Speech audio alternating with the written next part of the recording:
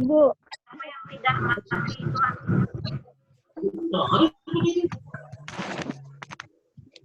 Langsung ke atas ya izinnya.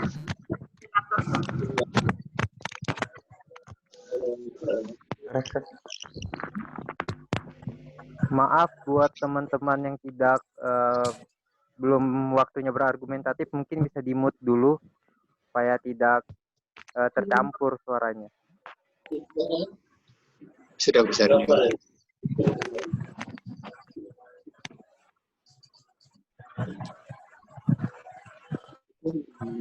Saya, Bu. Dengan kata yang ini Anda sampaikan. Mulai satu-satu. Harus. Tanya, bagaimana kalau Pak Ketua Kosma menunjuk satu persatu saja? Pak. Supaya tinggal ya, saya agak hutan. Oke. Tadi dari Bu Ita, intinya adalah kepemimpinan itu adalah skill, tidak harus menjabat sebagai seorang pemimpin. Seorang bisa memiliki keterampilan sebagai seorang pemimpin. Berikutnya saya ingin mendengar argumentatif dari Saudari Nurasidatul. Dipersilahkan.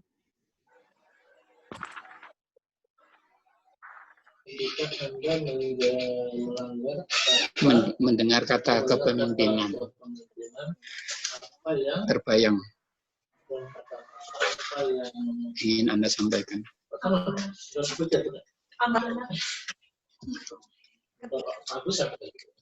Membaca kata kepemimpinan, yang terbayang di dalam benak saya itu adalah salah satu tokoh di webtoon, namanya adalah Kun Aguero Agnes. Mungkin beberapa teman yang mengikuti cerita ini, Tower of God, pasti kenal dengan tokoh ini.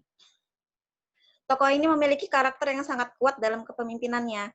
Dia orangnya cerdas, dan dia punya karakter yang kuat untuk orang lain, baik dirinya sendiri, teman-temannya, bahkan dia juga bisa mempengaruhi musuhnya. Itu sih menurut saya dari kata kepemimpinan ini.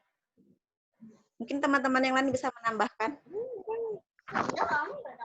Oke, dari saudari Nunu, poin yang bisa kita pahami kepemimpinan dalam benaknya adalah pemimpin itu cerdas, pemimpin punya pengaruh, dan kepemimpinan itu bisa memanipulatif lawan maupun kawan. Seperti itu yang bisa kita pahami. Terus, coba saya minta ke Mbak Dida De Vega bisa disampaikan apa yang dipahami tentang kepemimpinan.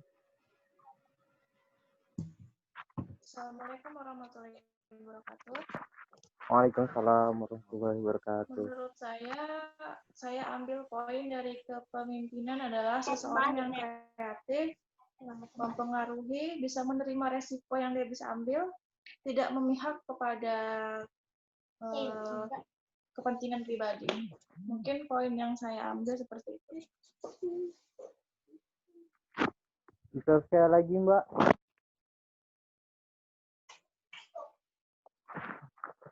Seseorang yang kreatif bisa mempengaruhi, menerima resiko yang telah menjadi keputusannya, tidak berpihak kepada kepentingan pribadi. Oke. Baik, terima kasih kepada Mbak Dida. Poinnya adalah kreatif, pemimpin harus punya pengaruh, siap mengambil resiko, dan juga tentunya dia netral, tidak berpihak kepada diri sendiri ataupun kerabat dekat mungkin. Lanjut, bisa kepada Pak Lakaseng, tolong disampaikan. Baik, Assalamualaikum warahmatullahi wabarakatuh. Waalaikumsalam warahmatullahi wabarakatuh. Kecil Pak, suaranya Pak. Dr. Iti Rukia yang saya hormati, teman-teman sekalian yang berbahagia, sudah kedengaran?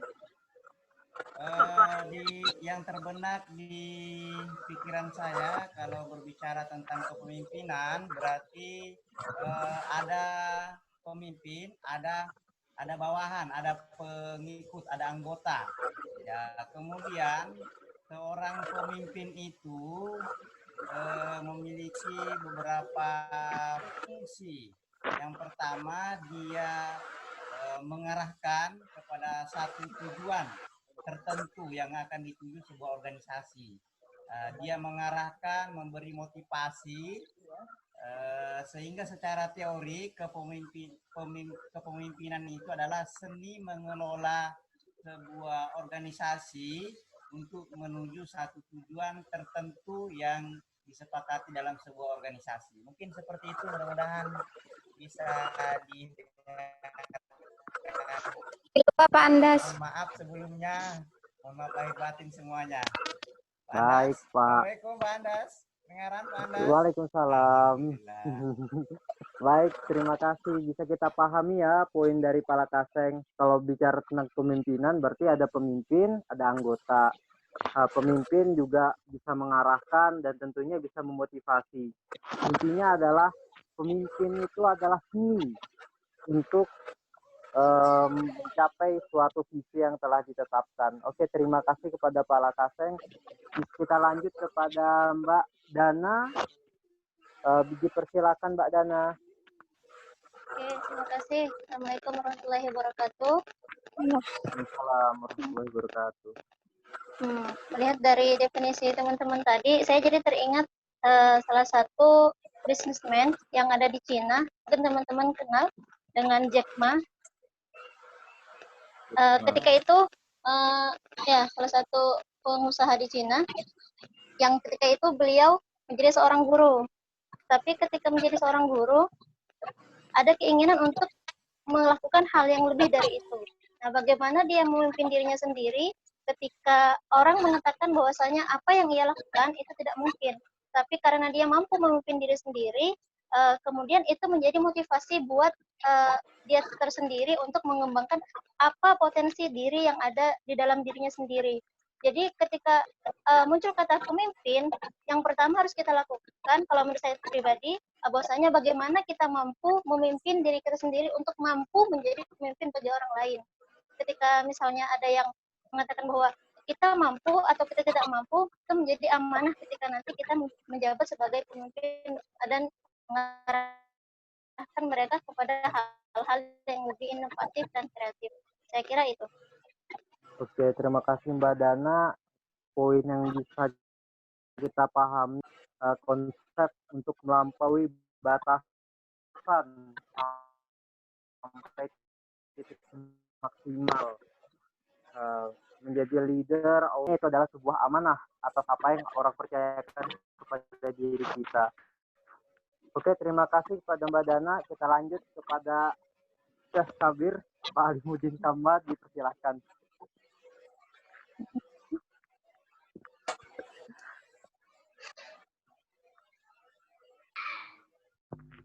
Pak, masih mute itu Pak.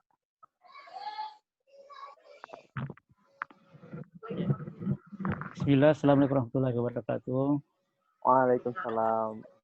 Yang kami hormati Ibunda Dr. Iti, kemudian teman-teman semuanya, alhamdulillah pada kesempatan ini kita kembali bertemu melalui aplikasi ini. Ya kalau saya, kepemimpinan yang saya bayangkan itu adalah sholat berjamaah, ya. Karena sholat berjamaah itu sebenarnya miniatur dari umat. Ya, seorang imam, di situ ada imam, kemudian ada makmum. Seorang imam harus punya otoritas, ya, kekuasaan, ya, berupa kekuasaan, keilmuan, keahlian, dan seorang makmum harus memiliki kedisiplinan. Seorang makmum bergerak ketika ada perintah dari pimpinan. Itulah sebetulnya kepemimpinan yang sesungguhnya, kepemimpinan dalam sholat berjamaah. Ya. Itu mungkin sebenarnya ada aspek lain, tapi ini yang saya bayang-bayangkan ini ya, ketika menyebut kepemimpinan adalah melihat proses sholat berjamaah itu ya, ada imam ketika memberi komando yang lain ikut semuanya ya. Dan juga ketika imam salah, yang lain juga ikut, orang yang punya kapabilitas bisa juga memberikan teguran kepada imam ketika dia bersalah. Mungkin itu secara umum seperti itu ya. Baik. Oke, terima kasih ke Pak Alimudin. Masya Allah, ini ilustrasi yang sangat luar biasa lah. Dari sholat berjamaah kita bisa mempelajari kemampuan atau kapasitas seorang pemimpin, dalam tanda kutip seorang imam, dan disiplinnya seorang makmum yang bergerak ketika ada komando, bisa menegur ketika pemimpin yang salah, dan tentunya di sini adalah satu kesatuan yang sangat padu. Terima kasih Pak Alimudin. Kita lanjut ke Pak Rahadi. Silakan Pak.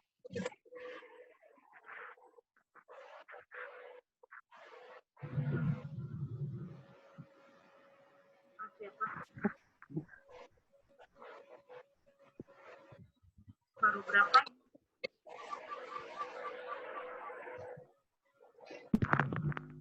Pak Putra, nggak kedengaran suaranya Pak.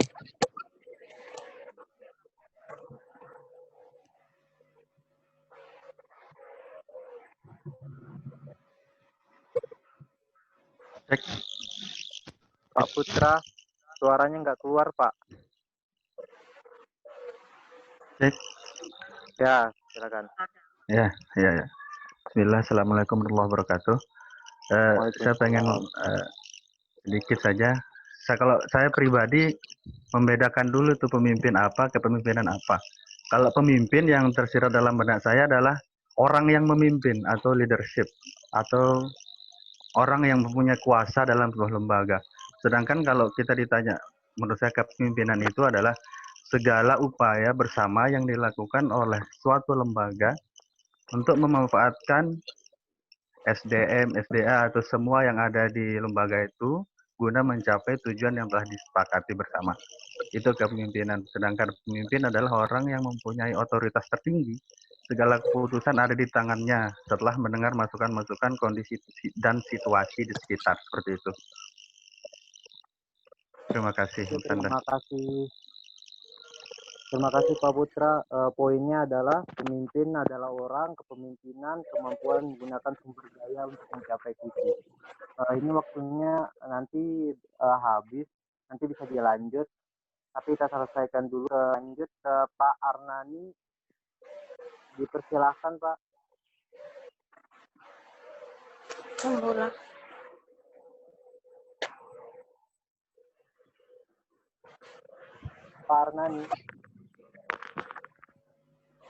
Pak Arnani, dipersilahkan untuk sedikit menjelaskan apa yang Bapak pahami tentang kepemimpinan.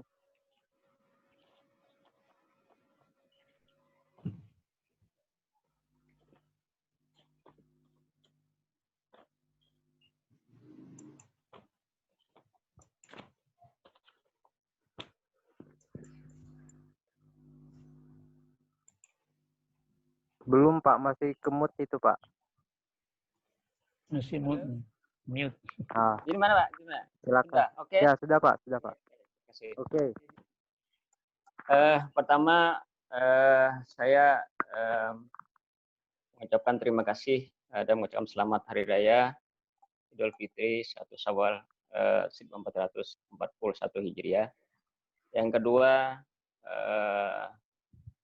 salam hormat kepada Bunda Dr. Eti selaku dosen kita pada hari ini dan rekan-rekan sekalian.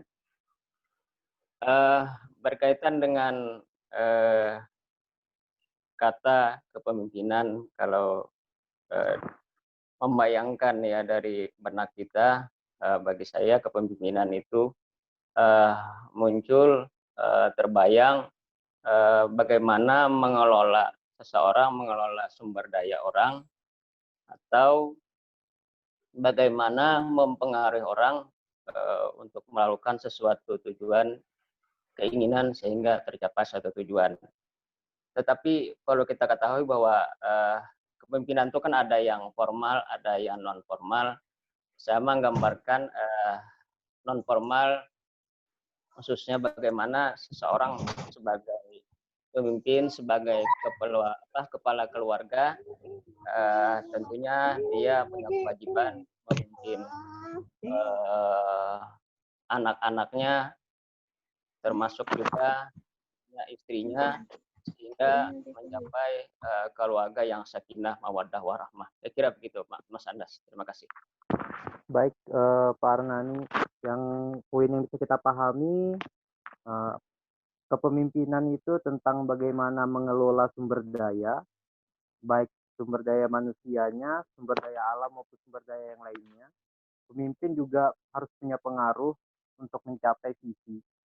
Serta kalau dalam kegiatan non formal adalah kepala keluarga. Mungkin tidak harus sebagai pemimpin di suatu yayasan, karena hakikatnya kita adalah pemimpin. Baik, berikutnya kepada Mbak Hilwa, dipersilahkan. Mbak Hilwa. Assalamualaikum warahmatullahi wabarakatuh. Waalaikumsalam warahmatullahi wabarakatuh.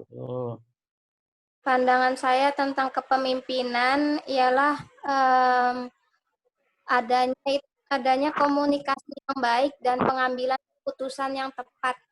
Karena kalau misalnya kepemimpinan tidak dilandasi dengan suatu ketegasan, itu sepertinya nanti menjadi kepemimpinan yang kurang afdol, begitu.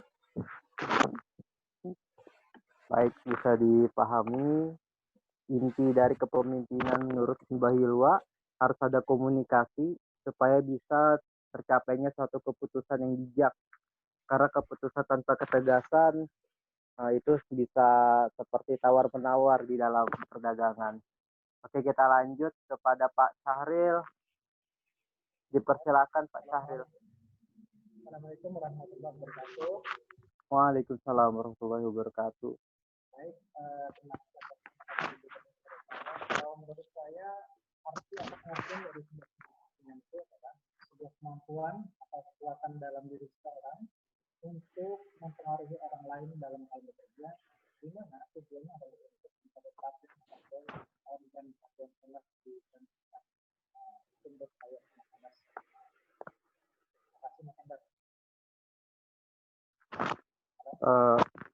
Baik, Pak.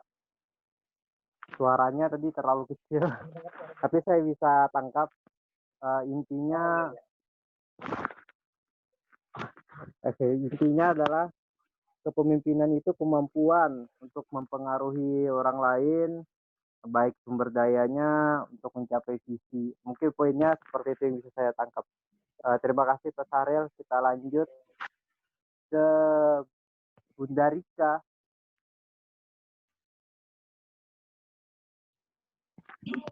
Oke, Assalamualaikum warahmatullahi wabarakatuh. Waalaikumsalam warahmatullahi wabarakatuh. Ya, taqabbalallahu minna wa minkum. Ibu, mohon maaf lahir batin, teman-teman juga semuanya. Menurut saya, kepemimpinan itu adalah sekumpulan sifat dan kepribadian yang kemudian terjadi dalam suatu aktivitas untuk mengarahkan orang-orang yang gunanya untuk mencapai suatu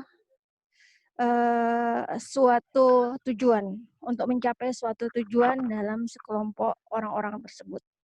Begitu. Jadi kepemimpinan itu adalah sifat ya. Terima kasih Mas Andas. Iya Ibu. Ini menarik, bisa dikatakan dari perspektif psikologis ya. Sekumpulan sifat dan kepribadian dalam suatu aktivitas. Ternyata pemimpin itu harus merupakan kombinasi dari beberapa sifat dan kepribadian yang harus diterapkan agar bisa memiliki pengaruh dalam mencapai tujuan. Terima kasih Bunda Rina. Kita lanjut ke Saudari Haliska. Dipersilahkan Haliska. Assalamualaikum warahmatullahi wabarakatuh. Waalaikumsalam warahmatullahi wabarakatuh. Minal aidin wal faizin untuk Ibu dan Bapak-bapak semua. Langsung saja, menurut saya kepemimpinan itu sederhana aja. Kepemimpinan itu seperti satu tubuh. Kalau saya analogikan seperti satu tubuh, yang di mana pemimpinnya itu adalah kepalanya. Dan bagaimana kepalanya ini bisa mengkoordinasikan telinga sebagaimana fungsinya, mulut sebagaimana fungsinya, ginjal sebagaimana fungsinya. Jadi bagaimana pemimpin itu bisa mengkoordinasikan anggota-anggotanya itu sebagaimana fungsinya dan menggerakkannya bersama-sama untuk mencapai tujuan yang sama. Itu menurut saya kepemimpinan. Jadi kepemimpinan itu harus bergerak bersama-sama, yang dimana pemimpin itu yang tahu fungsi dari setiap anggotanya, fungsi dari setiap bagiannya, sehingga mencapai tujuan yang sama-sama diinginkan oleh organisasi atau kelompok tersebut. Itu saja. Oke, terima kasih Mbak Aliska. Analogi yang menarik. Kepemimpinan ibaratkan sebuah tubuh, pemimpinnya adalah kepalanya atau otaknya yang mengkoordinasikan organ-organ yang ada pada tubuh kita. Terima kasih Mbak Aliska. Kita lanjut kepada Mbak Dana. Mbak Dana. Mbak Dana sudah rasanya tadi. Mbak Dana sudah ya? Sudah. Oh iya benar. Bisa lupa. Anak terus diingat. Iya. Lanjut ke Bu Luul. Bisa-bisanya lupa. Bu Luul, silahkan. Baik, terima kasih. Assalamualaikum warahmatullahi wabarakatuh. Waalaikumsalam warahmatullahi wabarakatuh. Minal aidin wal faizin semuanya ya teman-teman. Tadi sama Ibu sudah. Menurut saya yang terbersit adalah kalau berbicara tentang kepemimpinan ya, yaitu suatu proses mengatur, memimpin, dan memutuskan dan bertanggung jawab. Jadi seorang pemimpin harus mampu mengatur jalannya organisasi, mampu memimpin bawahan dalam bekerja secara maksimal, mampu memutuskan keputusan-keputusan jalannya organisasi, dan bertanggung jawab sepenuhnya atas semua yang terkait dengan organisasi. Jadi kalau pemimpin itu orangnya, kalau kepemimpinan itu prosesnya. Menurut saya seperti itu. Terima kasih. Sama Bu Luul. Ini sepertinya dapat pencerahan dari proposal tesis Bu ya, tentang kebijakan. Jadi intinya kepemimpinan adalah kemampuan untuk mengatur, memimpin, mengambil sebuah keputusan, serta dengan tanggung jawab dari apa yang telah diputuskan. Terima kasih Bu Luul. Kita lanjut kepada speaker kita, Pak Son Haji, dipersilahkan. Terima kasih. Assalamualaikum warahmatullahi wabarakatuh. Waalaikumsalam warahmatullahi wabarakatuh. Minal aidin wal faizin, mohon maaf lahir batin semuanya. Mohon maaf tadi susah masuk, invalid terus, kemudian ganti punya Mbak siapa? Mbak Nunu.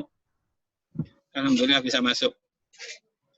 Menurut saya kalau mendengar kata kepemimpinan itu yang pertama ingat Rasulullah, yaitu sidik, amanah, tablighatuna. Benar jujur, cerdas, dan menyampaikan apa yang harus disampaikan. Kemudian yang kedua, ingat keluarga. Seorang pemimpin belajar dari keluarga. Maksudnya bagaimana? Kalau seseorang sudah bisa memimpin dalam suatu keluarga, insya Allah memimpin suatu lembaga itu ada pembelajaran dari kepemimpinan tentang keluarga. Kalau memimpin keluarga tidak bisa, ya otomatis kemungkinan memimpin suatu lembaga juga tidak akan berhasil. Yang ketiga adalah tentunya kita juga harus punya ilmu kepemimpinan, baik itu ilmu yang tentang diri kita seorang pemimpin dan ilmu yang orang-orang yang kita pimpin. Sehingga kalau kita mempunyai ilmunya, tentunya kita bisa mempengaruhi dan mengarahkan dan memberi semangat. Kalau bahasanya pokok pendidikan kita itu ing ngarsa tulodo ing madya mangun karso tutwuri handayani. Sehingga tujuan yang kita inginkan itu akan tercapai. Mungkin itu saja saya kalau tentang kepemimpinan. Terima kasih. Assalamualaikum warahmatullahi wabarakatuh. Waalaikumsalam warahmatullahi wabarakatuh. Jadi ada 3 contoh sederhana yang diberikan kepada Pak Son. Pertama, kalau berbicara tentang pemimpin, maka kita ingat Rasul dengan 4 sifatnya: hidik, jujur, amanah, dipercaya, tablik, menyampaikan, serta fatona cerdas. Lalu bisa juga kita pahami melalui keluarga. Sebenarnya yang nomor 2 ini saya belum bisa memahaminya, Pak. Dan lanjut yang ketiga adalah tentang ilmu kepemimpinan, baik berhubungan dengan pemimpin maupun yang dipimpin. Ini apakah Bu Emma satu lokasi dengan Pak Son? Mohon maaf, saya karena ada sesuatu di kantor, jadi saya ini di sekolahan gitu. Oh, seperti itu. Nggak satu tempat. Makanya saya tadi agak lambat, invalid terus. Siap Bu. Siap Ibu. Jadi sudah semuanya sudah menyampaikan apa yang dipahami tentang kepemimpinan. Garis besarnya kepemimpinan itu adalah keterampilan dalam mempengaruhi orang-orang. Kemudian adalah tentang sifat dan karakter orang-orang, serta yang paling penting adalah pengelolaan sumber daya untuk mencapai tujuan. Saya kembalikan kepada Bu Iti. Ini Bu, pemahaman kami secara umum mengenai apa sih kepemimpinan sebelum kita benar-benar memahami lebih dalam lagi. Pada Ibu dipersilahkan.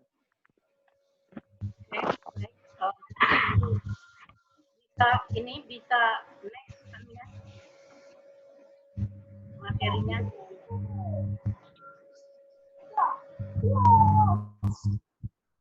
Next kan materinya.